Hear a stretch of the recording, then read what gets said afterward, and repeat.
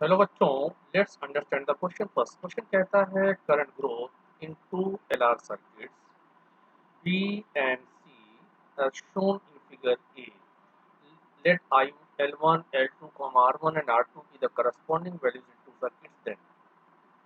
देखो हम जैसा कि फिगर में देख रहे हैं, जो दोनों ही सर्किट्स हैं, दोनों ही सर्किट्स में जो हमारी अप्लाइड बैटरी है, अप्लाइड ईएमएफ है, वो सेम है। और इस फिगर से जो फिगर ए है यहाँ से देख रहे हैं कि दोनों में ही जो मैक्सिमम करंट की वैल्यू है वो सेम है। तो अगर हम मैक्सिमम करंट को आई मैक्स से लिखते हैं तो आई वन मैक्स इक्वल हो जाएगा हमारा आई टू मैक्स के। तो जैसा हम जानते हैं कि आई की जो मैक्सिमम वैल्यू है वो वी बाई आर होता है, तो V by R one equal हो जाएगा वी बाई आर टू के। इसका मतलब यहाँ से आर वन की वैल्यू आर टू के इक्वल आ जाएगी।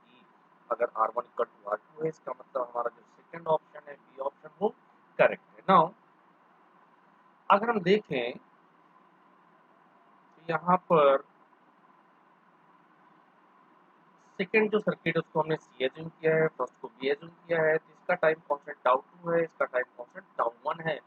तो यहाँ से क्लियरली दिखाई दे रहा है कि जो हमारा टाउ 2 है वो ग्रेटर है टाउ 1 से।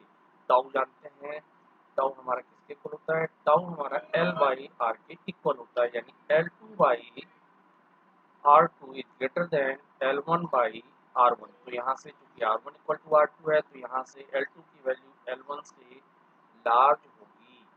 यही हमारा आंसर होगा, जो कि ऑप्शन है हमारा ऑप्शन नंबर डी। तो जो हमारे करेक्ट ऑप्शंस हैं यहाँ पर वो बी और डी हैं। Hope you understood it well. Best of luck.